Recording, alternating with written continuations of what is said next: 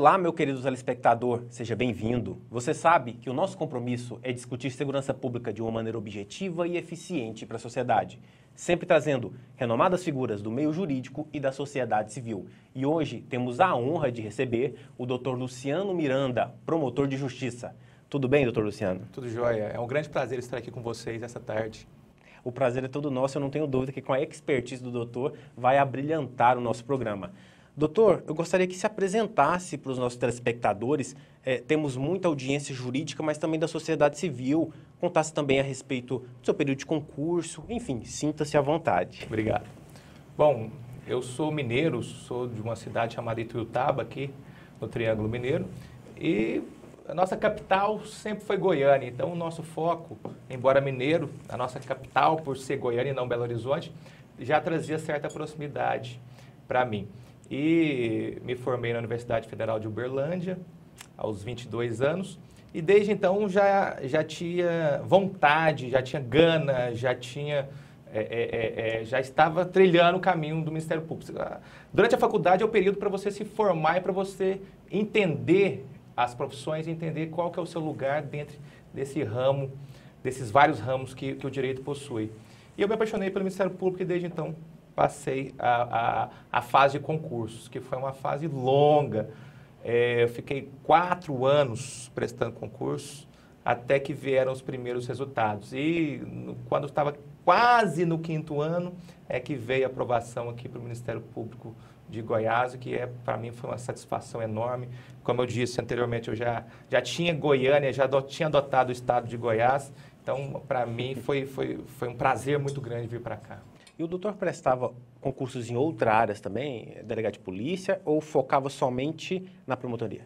No início, o concurseiro no início ele é meio desorganizado, né? Então você vai e faz prova de tudo. Sim. Mas o meu foco, a gente sempre passa, olha, se eu passar para delegado, se eu passar na magistratura, depois eu passo concurso e viro promotor. Você tem essa imagem. Sim. Não é verdade, depois que você passa, você acomoda, acabou.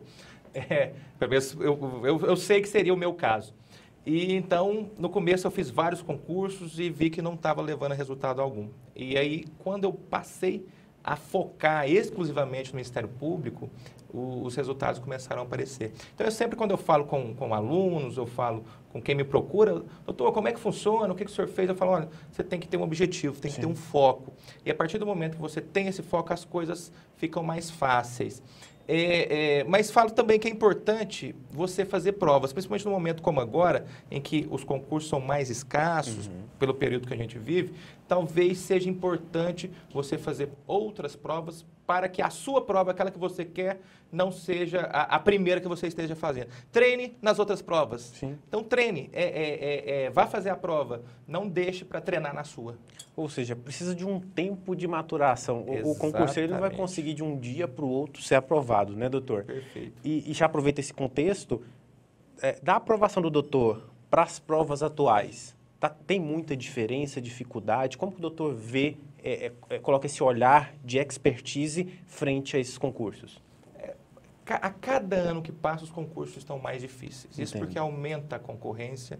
A gente vê que as provas, elas continuam a perguntar coisas absurdas, coisas que não tem nada a ver com o dia a dia. Eu fico olhando as provas que eu fiz e fico observando, gente, o que daquilo que foi perguntado para mim que eu utilizo hoje, com quase mais de 10 anos de Ministério Público? Absolutamente nada. Então, há um espaço muito grande aqui em que o que se indaga em provas de concurso e que, na realidade, o profissional precisa. Mas, infelizmente, é a prova. Sim. Né? E a prova é para todo mundo. Então, isso dificulta um pouco, principalmente quem atua na prática, fala, vou me dar bem, porque eu já conheço o Ministério Público, já conheço a Defensoria Pública, conheço a magistratura, já trabalhei nessas áreas, fui assessor, etc. Mas, na hora que você vê a prova, é outro mundo. Sim, com toda certeza. Doutor, e no que tange ao Ministério Público, como que é a atuação do doutor no dia a dia? Bom, hoje eu estou lotado na comarca de Goianésia, eu sou titular da comarca de Goianésia e estou temporariamente auxiliando, substituindo na comarca de Abadiânia. Lá em Goianésia, a minha atribuição é exclusivamente criminal. Perfeito. Eu só atuo na área criminal. Eu gosto de dizer, principalmente em tribunal do júri, que todos os crimes que ocorrem na comarca passam pela minha mão. De uma forma direta ou indireta, acabam sendo de meu conhecimento. Já em Abadiânia, eu lá só tenho uma promotoria, então acaba que você acaba lidando com todos os problemas. Os cíveis, engloba família, engloba questões empresariais, engloba aí já a área criminal também. Então, todo o pacote. O doutor disse que atua muito no Tribunal do Júri. Sim. E o doutor é vastamente conhecido, já acompanhei outras audiências do doutor e gostaria também que pontuasse determinadas situações aqui no nosso programa. No que tange ao Tribunal do Júri, o doutor entende que os delitos que estão indo para lá são delitos de pessoas que, vamos falar vulgarmente no linguajar do povão, premeditam um assassinato, um homicídio, ou estão chegando ao Tribunal do Júri crimes banais de R$10, de um olhar para a esposa? Como que o doutor vê esse delito nos dias atuais? A maior incidência de banalidade. Hoje eu vejo uma banalização da vida. Sim. Eu faço júris que eu falo, meu Deus, é isso mesmo? O cara matou porque perdeu uma ficha na sinuca? R$2. R$2. Aí se inicia uma discussão. O outro matou porque, um caso que eu acho muito emblemático, um senhorzinho parou a bicicleta, veio um camarada na caminhonete, esbarrou na caminhonete, o senhorzinho foi e xingou o cara da caminhonete. O senhor está cego? O cara da caminhonete foi e deu um tiro na cabeça do senhorzinho. Nunca tinha visto o senhorzinho na vida. Então, é isso que está chegando no Tribunal do Júri. Claro que tem a criminalidade especializada, envolvida em homicídios. E aí nós temos luta de facções criminosas. Isso acontece também, inclusive no interior.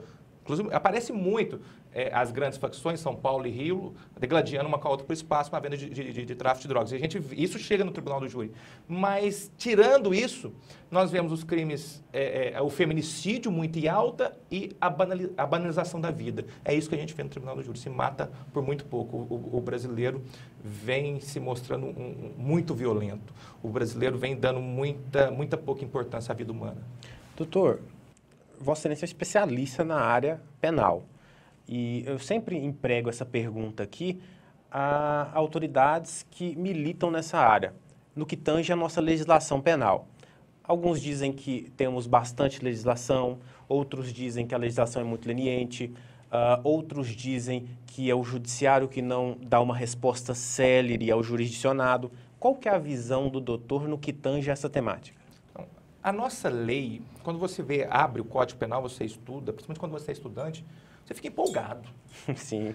Ela é boa, ela traz mecanismos, ela traz prisão de até 30 anos. Sim. O camarada vai ficar preso 30 anos por um homicídio. Eu pergunto, alguém já viu alguém ficar preso por um homicídio? Eu nunca vi. Olha que eu estou 10 anos no Tribunal do Júri, deve ter feito mais de 100 julgamentos aí, participado de 100 tribunais.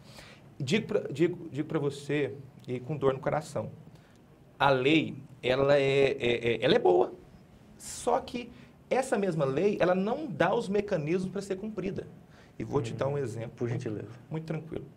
Nossa lei diz o seguinte, olha, nós temos penas do homicídio que começa em 12 anos, o homicídio qualificado, 12 anos. Então, logo, o comum, aquele que não está no direito, vai pensar, nossa, então alguém que mata alguém fica no mínimo 12 anos preso?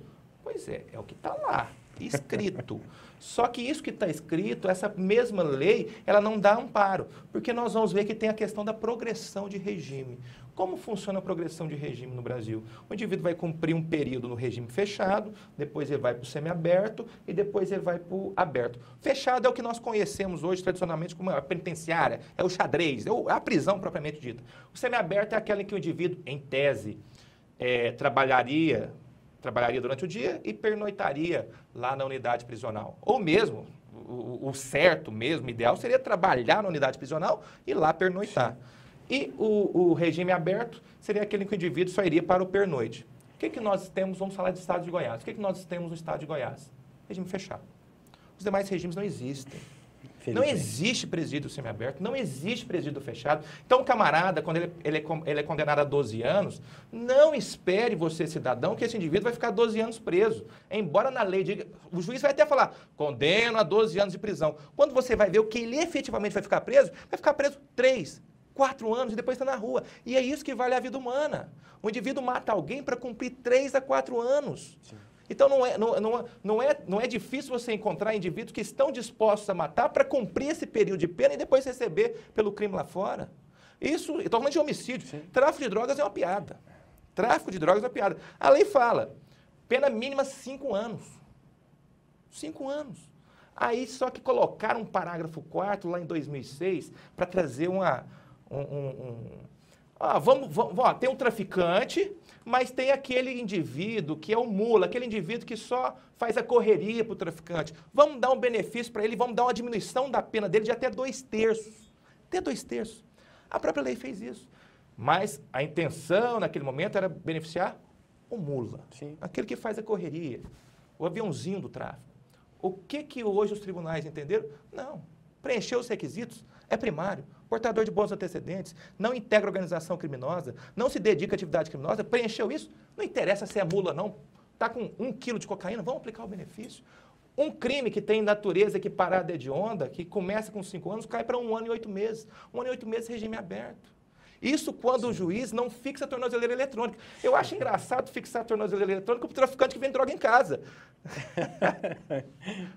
Então, eu falo assim, gente, infelizmente, quando você vê a lei, ela é boa, mas quando a própria lei não dá estrutura, como no caso do semiaberto, que não existe no Estado, do aberto, que não existe no Estado, e na questão das drogas, são os 2 problemas que assolam, né, o Brasil, homicídios, drogas e crimes contra o patrimônio.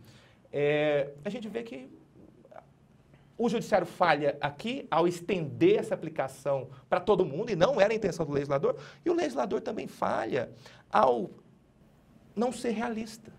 A gente não consegue construir presídios para os presos que estão no fechado. Vamos construir. Eu já tive conversas com secretários de segurança pública, não estou falando que é o atual, com secretários, já tive conversas com indivíduos do governo, para a gente tentar chegar num acordo, falar, doutor, a realidade é essa, a gente não consegue construir presídio para quem está no fechado. Como que a gente vai construir presídio para quem está no semiaberto? Então, a lei, nesse ponto, é de mentirinha. É quase como escrita morta, infelizmente. E ninguém faz nada. E a gente entra com ação, a gente entra com ação, constrói a unidade do semiaberto, tem que construir a unidade do semiaberto, do aberto. Sabe qual que é a justificativa do executivo? Reserva do possível. Eu não tenho dinheiro para construir, então eu não sou obrigado a construir. E é assim, e ganha na justiça. Então... É a vida real, né, doutor? É a vida real. É a vida real. É a vida real. Ela, infelizmente, recai sobre os mais pobres e necessitados. E até mesmo, fazendo um link, doutor, Vossa Excelência tocou muito bem no que tange execução, e aqui, como um docente que o doutor vamos falar um pouquinho sobre a 7.210 de 84, a LEP. Ela teve uma mudança, enfim, mas como que o doutor vê a aplicação dela, é um primeiro ponto, e se ela traz benefícios desproporcionais ou não? Como que o doutor vê ela? A gente já falou um pouco, né, de lei de execução penal. Bom, ela tem aspectos que são, digamos, que são possíveis de serem aplicados e tem aspectos que inexistem no mundo prático. Vamos ver questões que a gente não diz, como saída temporária. Aqui em Goiás a gente não tem esse problema, porque saída temporária é para o semiaberto. Infelizmente. Então, nós não temos o regime semiaberto, nós não temos. Tínhamos quando existia aqui em Goiânia a unidade do semiaberto. Não sei nem se foi reativada, acredito que não tenha sido ainda. Lembro que na época do semiaberto aqui, a conversa era que essa desativação seria temporária, e o que é temporário se torna definitivo com muita facilidade, né? Bom, a lei de execução ela é ampla, então a gente tem que, para mim, a questão mais objetiva da lei é possibilidade de progressão de regime. Então, quanto à progressão de regime, acho uma falácia a lei de execução penal como toda. Vi com bons olhos algumas modificações na execução, talvez... Um pacote anticrime. O pacote anticrime, ele trouxe algumas modificações interessantes. Por exemplo, questão de progressão, os patamares de progressão. Antes a gente tinha um patamar fixo de um sexto para crime que não era hediondo ou equiparado, e agora a gente tem patamares que chegam até 70% da pena. É alto. É alto. Vamos ver se o Supremo não derruba, né? Porque o Supremo tem uma tendência o telespectador, só para ilustrar, quando a lei de crimes hediondos, lei hediondos são aqueles crimes mais graves, homicídio qualificado, estupro, ela foi criada, se entendia que o camarada cometesse um crime dessa natureza ia cumprir toda a pena no regime fechado. Se ele pegasse 12 anos, era 12 anos no xadrez, 12 anos na tranca. Isso foi de 90, que é a data da lei de crimes hediondos, até 2006. Então, até 2006, isso era constitucional. De repente, do dia para a noite, o Supremo disse, não, isso não é constitucional mais. Isso não é constitucional mais. Todo mundo, o camarada que tinha que ficar 12 anos na tranca, no meu exemplo, agora vai ter que ficar um sexto.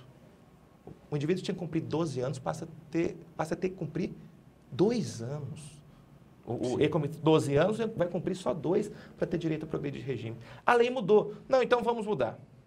Vamos colocar aí a necessidade, em vez de ser integralmente fechado, de ser inicialmente fechado. Isso foi em 2007. Em 2007 a lei começou a falar, não, olha, não precisa cumprir toda a pena no regime fechado. Basta que você inicie o cumprimento de pena no regime fechado em se tratando de crime hediondo. Veio o Supremo 2012, inconstitucional. Então, por isso eu digo, vamos ver o que o Supremo vai dizer sobre esses novos patamares de pena. Vai dizer, não, 70% é quase que a pena integral, é a volta no regime integral fechado. Não duvido, não duvido. Mas o pacote de crime trouxe alterações que, para mim, trazem maior racionalidade na execução penal, mas, para mim, não mexeu na estrutura. Nós não temos como falar em execução penal no Brasil, uma execução penal séria, sim, enquanto existir lá no Código que tem 3 modalidades de cumprimento de regime de pena. Fechado, semiaberto e aberto. Como, a não ser nos estados ricos da federação, todos nós sabemos que só existe um regime de cumprimento de pena. Fechado. O resto é letra morta. Excelência, eu gostaria de uma outra pontuação aqui, tendo em vista que, novamente, é uma expertise da área. No que tange a essa sensação de impunidade que a população coloca. E uma dessas vertentes que eles falam é sobre a celeridade do próprio judiciário. E eu queria aqui que Vossa Excelência expôsse, talvez, uma metodologia de resolução. Mas, inicialmente, jogando uma indagação para Vossa Excelência, eu percebo que gabinetes de juízes, de promotores, de defensoria pública, encontram-se cheios de processo, com patamares desumanos. Isso contribui de maneira frontal a essa demora, não contribui? Perfeitamente. O acúmulo de processo, o acúmulo de demanda, ela atrasa o seu serviço e naquele serviço que você produz não sai com a qualidade que você quer. Sim. Como eu disse, hoje eu estou, só trazendo meu exemplo, não querendo dizer que eu sou melhor ou pior ou falar que eu trabalho mais que os outros, não é isso. Só mostrando a realidade. Sim. Isso, como a sociedade tem que ver vários promotores, na verdade, a maioria dos promotores tem a mesma dificuldade que eu tenho. Está em 2 locais ao mesmo tempo e os 2 locais com uma infinidade de processos. Você tem que lidar com tudo.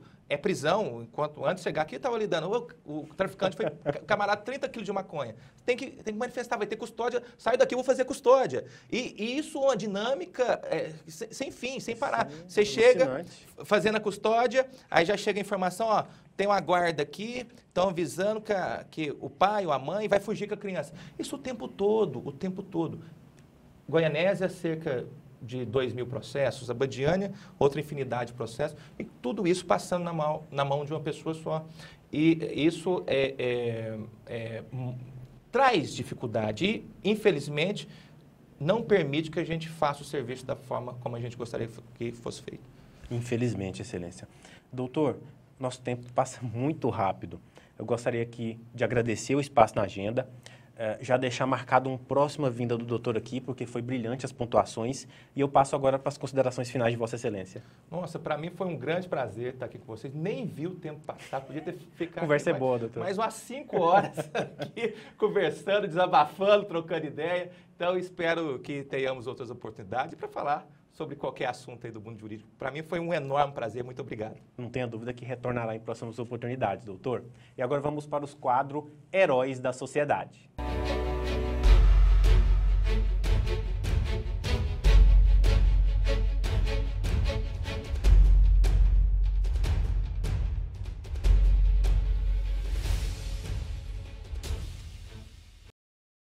Heróis da sociedade. Você sabe que esse quadro tem a incumbência de trazer atos heróicos das nossas forças policiais para que a sociedade possa ver. Já recebemos aqui o Batalhão do Choque, Guarda Civil Metropolitana, Corpo de Bombeiros e hoje temos aqui novamente um salvamento heróico de uma criancinha de apenas 45 dias.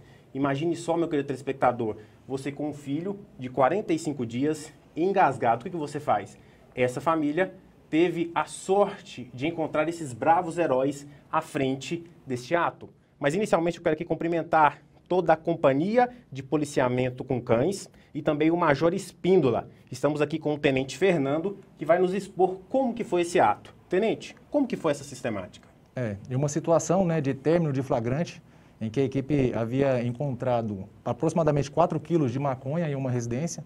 Então era um flagrante inicialmente que você se encontrava? Isso. Já tinha encontrado essa droga, os cães haviam farejado, e a equipe foi para a central de flagrantes de Aparecida de Goiânia, e ao finalizar esse flagrante, ao retornar para o policiamento, se deparou com um casal na frente da delegacia em pedido de socorro, Sim. com a criança ao colo, e essa criança sem movimento e pálida, e os pais falando que aquela criança havia se engasgado, e eles tentaram desengasgá-la e não conseguiu. De imediato, a equipe acolheu esse bebê. Sim. E iniciou o primeiro momento de tapotagem, que é uma manobra que se faz para poder tentar desobstruir as vias aéreas do bebê. Nesse momento em que o policial já acolheu, iniciou as manobras, o bebê ele expeliu aquele objeto que estava obstruindo, que depois foi verificado que era um medicamento, um Tilenol bebê. Ah, não era um alimento, era um medicamento? Era um medicamento. Era um pequeno medicamento que a mãe havia dado, porque havia uma situação de febre do bebê, e ela havia feito isso. Ela percebeu que o bebê não estava mais movimentando, não estava respirando, iniciou essas massagens em casa, não conseguiu êxito, correu até a delegacia para ver se conseguiu socorro e lá deparou com a equipe da CP Cães, comandada pelo Sargento Hércules. Veja bem, sociedade, nós temos aqui nossas forças policiais que a primeira incumbência é nos defender de algo ruim, algo maléfico. Mas quando surge um ato heróico como esse, eles não dizem não. Muito pelo contrário, eles fazem como verdadeiros heróis e tratam isso. A família procurou de imediato e, consequentemente, será que se eles procurassem, fossem a um hospital, teria tempo hábil para a criança sobreviver? Após a levada desse bebê, a equipe fez esse salvamento, né? Uhum. Foi até o centro médico de plantão e a médica que depois fez a avaliação pediátrica havia falado para a gente que se a gente não tivesse intervindo naquele momento, a certeza de um falecimento era muito alta, porque a quantidade de oxigenação do bebê já estava crítico. Fizeram uma avaliação e verificaram que ele não tinha mais um risco de vida ali, e aí a equipe, aí sim, já deixou, porque desde o primeiro momento que recebe o bebê, sim, a responsabilidade que a gente tem é sobre a sociedade e a vida. Sim, é um compromisso que a gente faz e a todo momento a preocupação nossa é o tempo todo com a vida, né? Tenente, e vocês recebem algum treinamento de primeiros socorros? Claro que não aprofundado. Sim. Por exemplo, nós recebemos aqui outras forças policiais, por exemplo, do 9º Batalhão, sim, que fizeram um parto de imediato. Vocês recebem um determinado tipo de ato de primeiros socorros? É bom deixar claro que todo policial militar, ao fazer o seu curso de formação, ele tem as instruções com o Corpo de Bombeiros, levado até o Instituto Médico Legal para poder entender várias atitudes de socorrismo, né? Que sim, é o socorrismo pré-hospitalar. É aquela atitude emergencial. Todo policial passa por isso. Ele não tem uma especialidade nisso, mas ele é preparado para, em qualquer situação de urgência, poder atuar com os meios que ele tem. Ou seja, para qualquer ato de risco, vocês se encontram preparados para aquele ato. Hoje a gente pode falar isso. Sim, com toda certeza. Tenente, eu também gostaria aqui, a gente está chegando ao fim, sim, gostaria de agradecer toda a equipe por esse salvamento, porque verdadeiramente temos aqui, e eu não canso de me repetir, é um ato heróico, porque a partir do momento que você salva uma vida de um bebê de apenas 45 dias, isso não tenha dúvida que é um ato mais do que heróico. Tenente, eu gostaria que Vossa Excelência pudesse passar para outras forças policiais uma mensagem de incentivo, porque vocês se encontram na rua de maneira diuturna, dia após dia, defendendo a sociedade. Quando surge esse tipo de ato, em algumas televisões isso não vem a baile. Então, gostaria que Vossa Excelência passasse para cada um uma mensagem especial. Claro. A Companhia de Policiamento com Cães, hoje comandada pelo Major Espíndola, ela está à disposição de todas as forças policiais, seja para apoio imediato em situações de faro entorpecente, armas, drogas em geral, busca e captura. A companhia ela se existe agora profissionais voltados tanto para as situações de captura ou faro de entorpecentes. Então, assim, a Companhia de Policiamento com Cães, ela está à disposição de qualquer força, até da própria sociedade, através do nosso telefone funcional, no Disque Denúncia. Então, fica aberto à sociedade e às nossas forças amigas aí para qualquer tipo de parceria. Tenente, eu agradeço novamente a sua vinda aos nossos estúdios, a toda a equipe também, e até um próximo Heróis da Sociedade.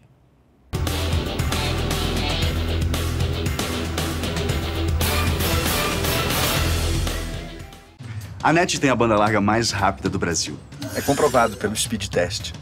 Peraí, se a minha internet é mais rápida, eu vou ser a mais rápida no game? Por que não? É ultra velocidade. E a nossa live aqui vai ser um furacão! Sim, mas deixa o ventilador ligado. A gente só não faz cabelo voar.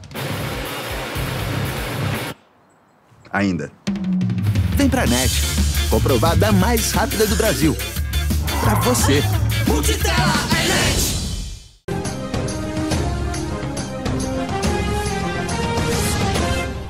Quero fazer um convite especial. Meu nome é Debre Bucar. Todas as quartas-feiras, ao vivo, aqui pela CMN Goiás, nós temos o nosso programa Metrô 360 Graus.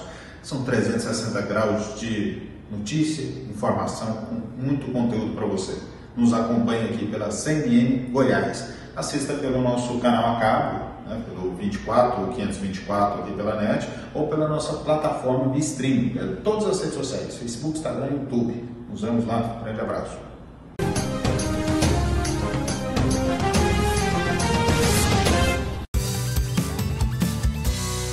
No programa de hoje, nós vamos falar sobre a saúde do homem, os cuidados, os riscos e como os hábitos de vida podem influenciar no bem-estar masculino. Seja por constrangimento ou até por excesso de confiança, os homens só procuram ajuda profissional quando os sintomas da doença atrapalham sua rotina. É muito importante que os homens, após os 50 anos de idade, procurem o urologista para fazer o exame de toque retal e de PSA. E aqueles que possuem parentes que apresentaram câncer de próstata, procure o urologista após os 45 anos. Muitos problemas de saúde dos homens estão ligados aos seus hábitos de vida. O trabalho, a família, a correria do dia a dia fazem com que não acabe sobrando disposição para cuidar de quem mais precisa, você mesmo. E o Sinta-se Bem fica por aqui. Até o próximo programa.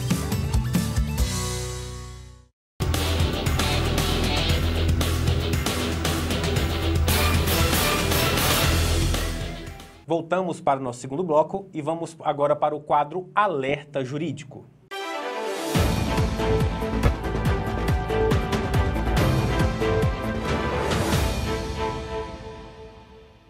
Bom, quero trazer aqui um alerta especialmente aos idosos e seus familiares, principalmente, que possam orientar essas pessoas idosas que estão em casa sobre a ocorrência de um crime que vem acontecendo muito. Na verdade, a prática de um crime de estelionato, de pessoas se passando por servidores do Ministério da Saúde, das Secretarias de Saúde do Estado ou Secretaria Municipal de Saúde, alegando que estão fazendo cadastramento dessas pessoas para fins de inclusão delas em lista de vacinação da Covid-19, quando na verdade isso é um golpe. Esse indivíduo argumenta com as pessoas que vai incluir ela em determinada localidade da fila. A partir disso, pede alguns dados, solicita a realização de um suposto cadastramento. Ao final do diálogo, encaminha para essa vítima aí o que seria um código de validação, solicita que essa vítima encaminhe para ele essa informação, e isso tem uma finalidade única, que é clonar o aplicativo de celular dessa vítima. A partir dessa clonagem, o indivíduo passa a ter acesso a toda a lista de contato das pessoas, de relacionamento daquele indivíduo, e passa a pedir dinheiro emprestado para ela. Isso é um golpe, é um crime de estelionato e tem acontecido bastante, em especial após a divulgação do Plano Nacional de Vacinação. Então fica o alerta, a gente pede que tomem cuidado, né? E aqueles que puderem orientar o seu idoso que estiver em casa lá, jamais fornecer nenhum tipo de informação, nenhum tipo de dado, seja por ligação telefônica ou por mensagem de texto de aplicativo celular, né? Digam que não informem e não repassem. E mais, o Ministério da Saúde não presta esse tipo de serviço por meio de telefone ou uma mensagem de aplicativo. A Secretaria de Saúde do Estado lançou um site oficial para esse cadastramento, então se for algum tipo de atividade do Estado que seja acessado esse site oficial e a Secretaria de Saúde do município ainda não estão fazendo. Muito cuidado, fico alerta e uma boa tarde. Pois bem, voltamos aos nossos estúdios. Vamos discutir agora um pouquinho sobre os decretos presidenciais que tratam sobre o armamento civil. E hoje temos a honra de receber o atirador esportivo Samuel Coach. Tudo bem, Samuel? Tudo jóia. Muito obrigado pela oportunidade. Não tenho dúvida que vai brilhantar com a sua expertise na temática o nosso programa. Também temos a honra de receber o instrutor de tiro, Léder Pinheiro, presidente do Clube de Tiro, Léder Pinheiro. Tudo bem, Léder? Tudo jóia, satisfação estar aqui. Um abraço a todos aí da sociedade. A satisfação é toda nossa. Samuel, no que tange a esses decretos presidenciais que vêm, claro que a gente não vai tratar aqui de uma maneira técnica, até porque a gente não tem nem tempo para isso, mas determinados meios de comunicação colocam que vai ser liberado de maneira indiscriminada para qualquer um ter um armamento. É realmente essa temática? É praticamente uma falácia, né? É Sim. uma grande de uma mentira, porque esses decretos, especificamente esses atuais, né? O que se alterou foi uma queda de burocracia redundante. Ou seja, você antes ia comprar uma arma legalizada, lógico, tudo ali certinho. Você passava por vários trâmites que demoravam meses, chegava até a 1 ano ou mais. Agora tirou um pouco dessa redundância, né, dessa burocracia de pedir autorização de alguns produtos que não eram controlados antes. Eles se tornaram produtos controlados, sabe-se lá para quê? Para aumentar a burocracia. E agora deixou de ser produto controlado, melhorando essa situação. O que é realmente importante esse produto controlado são as armas de fogo, munições e esses insumos, que é o que a lei exige, né? E começaram, o Exército, a legislação em si começou a criar burocracia para certas coisas que não deveriam ser. Por exemplo, carregadores, as prensas e DAIs para se fazer recarga. Tudo isso atrapalha e encarece a vida do atirador esportivo. E agora isso foi uma das grandes melhorias, né? Também a autorização de compra é algo totalmente redundante, já que a pessoa ela já tira o CR, que é o certificado de registro, para se tornar um atirador esportivo. Depois ela teria que pedir uma autorização de compra que demorava... Já tive autorização minha que demorou 9 meses. Sendo que eu já tenho certificado de registro. E aí, como já removeu essa autorização, ficou um pouco mais rápido. Mas os requisitos são os mesmos. Tudo que está exigido no Estatuto do Desarmamento se mantém. E para desvirtuar, para ficar parecendo que o presidente é louco, que está fazendo além do que ele pode... O povo começa a inventar, inclusive isso são grandes mentiras, né, de que está facilitando o acesso, está deixando indiscriminado, é uma baita de uma mentira. Ou seja, a gente sabe muito bem que a gente vive em um país burocrático, né? Esses decretos vieram somente para tirar algumas burocracias que no decorrer da legislação já observou-se que não era necessário. E aí eu já referendo a pergunta para o Léder. Léder, é tão fácil pegar uma arma de fogo junto a um clube de tiro? Não. Hoje, para a pessoa adquirir uma arma, realmente leva aí mais de ano. Pode acontecer dela passar 1 ano e meio esperando a documentação.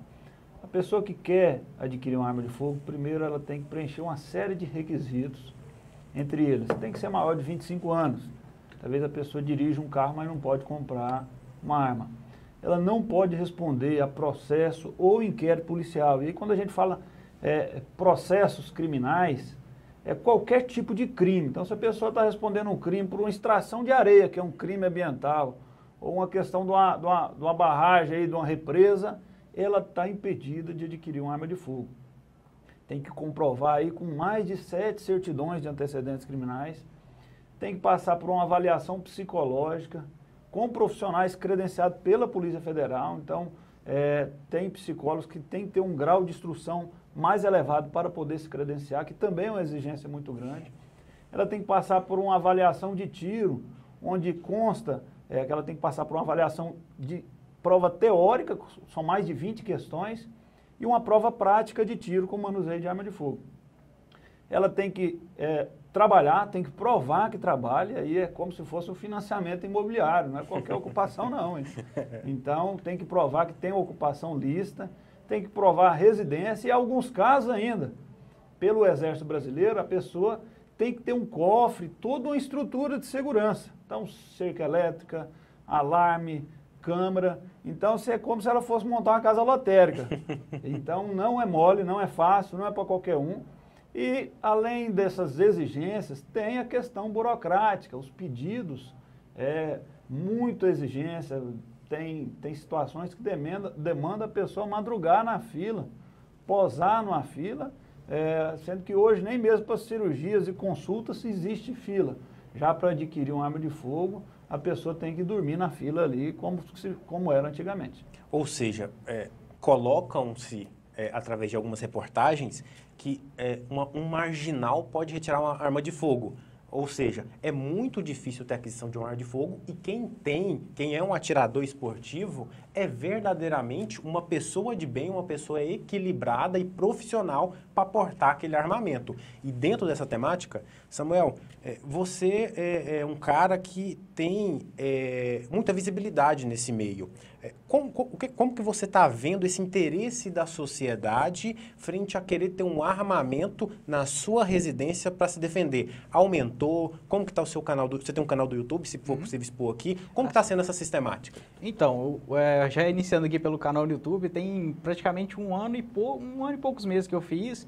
E eu vi que muita gente deixava o esporte como se fosse algo caríssimo, ter arma de fogo fosse algo muito caro, muito burocrático. E no meu canal eu comecei a mostrar que não é bem assim. Sim, não você desmistifica isso. Desmistificar. E assim, foi muito bom que o pessoal gostou. Tive mais de 26 milhões de visualizações só no ano passado. E o canal saiu do 0 para 230 mil. Em um ano? Em um ano, falando sobre armas, que é algo que o YouTube não gosta e tira. Sim. Mas enfim, voltando aqui. Armas de fogo no Brasil, muita gente já tem um interesse para se defender. Seja como porte ou posse para defender sua casa, sua família, né? Mas eu vejo que o interesse por praticar está crescendo muito. Então, muitas pessoas têm aquela ideia, eu quero me tornar atirador esportivo para aprender a atirar.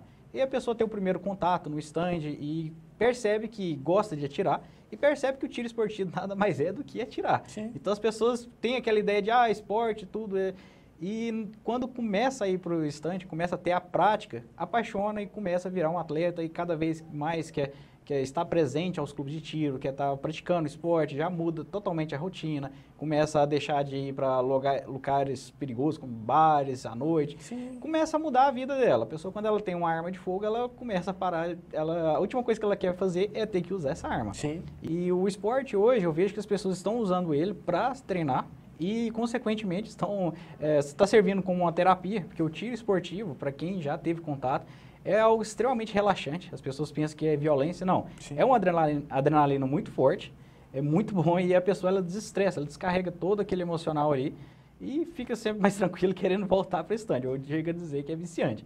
Ou seja, é algo saudável. Bem saudável, tanto fisicamente quanto psicologicamente. E a pessoa ela jamais vai querer perder esse direito que adquiriu. Até porque não é fácil, é burocrático também, não é exageradamente, né? Mas é algo que vale muito a pena. Eu sempre recomendo às pessoas que é um esporte diferente, que é uma prática diferente. Além de você vai estar aprendendo a se defender, né? Você também vai aprender várias coordenações e principalmente a lidar com uma ferramenta que pode se tornar perigosa se você não tomar cuidado. A arma de fogo não é um brinquedo, por mais que seja divertido demais, não é um brinquedo e a pessoa ela aprende muito a responsabilidade assim que adquire uma ou tem contato. Então as pessoas sempre têm que tomar muita atenção com a arma de fogo e principalmente seguir todas as regras de segurança. Seguindo regra, não tem perigo algum em stands. O Leder mesmo, dono aqui de clube, nunca houve acidente, né? Não, graças a Deus nunca passou por nenhum acidente. E já até pegando essa temática bacana dos clubes de tiro, até porque você, Leder, está aqui e representa um importante clube de tiro, que são clubes que estão em ascensão no Brasil, eu vejo assim. Mas eu vi, por exemplo, um bate-papo do Benê, né? A gente até manda já um abraço para o Benê, que participou aqui em um programa passado, participando de uma live, onde um determinado deputado, praticamente na fala dele, ligou os clubes de tiro a situações de milicianos, enfim. Repasso a palavra para que você possa expor verdadeiramente o que são os clubes de tiro atualmente. O Clube de Tiros hoje ele é uma entidade ligada ao Exército Brasileiro, uma entidade que faz parte do sistema de fiscalização de produtos controlados e é bem rigoroso hoje abrir um clube de tiro.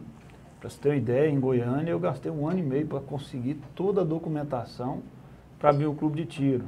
Precisei de licença ambiental, precisei de licença de vigilância sanitária, licença da prefeitura, polícia militar, Exército Brasileiro, Polícia Federal. Então, assim, não é mole abrir um clube de tiro. E só envolve órgãos pesados mesmo da administração federal. É uma fiscalização muito grande que recai sobre vocês. Então, assim, a Polícia Federal, o Exército, não vai deixar que qualquer pessoa venha ter um clube de tiro.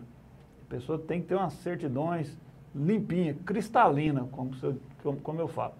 E somos fiscalizados constantemente e prestamos relatórios diariamente e até em momento, por hora mesmo. Cada pessoa que entra no clube, temos um sistema de controle, que a qualquer momento somos fiscalizados pelo Exército. O Exército, quando vai fiscalizar um clube de tiro, ele não avisa. Ele chega na parte da manhã, vai entrando e todos os relatórios, todas as munições, todas as pessoas que ali estão, elas são fiscalizadas pelo Exército. Então, assim, ele foi muito infeliz nessa fala.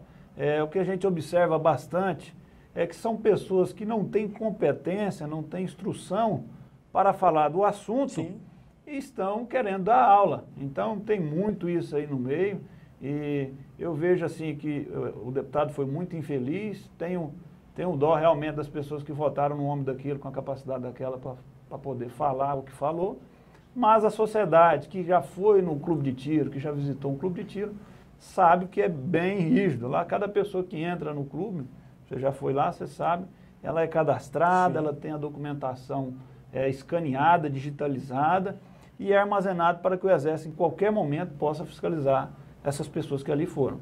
Ou seja, né, você tem o direito à sua opinião e não aos fatos. Os fatos demonstram que um clube de tiro, ele passa por vários requisitos e lá são pessoas de idoneidade moral que pilotam, que comandam aqueles clubes.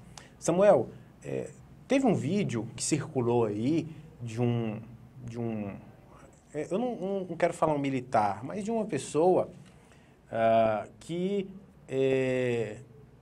ela puxou a arma em uma briga de trânsito, em um determinado ato. E aí, nessa briga que já está tendo aqui, poderia ter sido um atirador esportivo, né?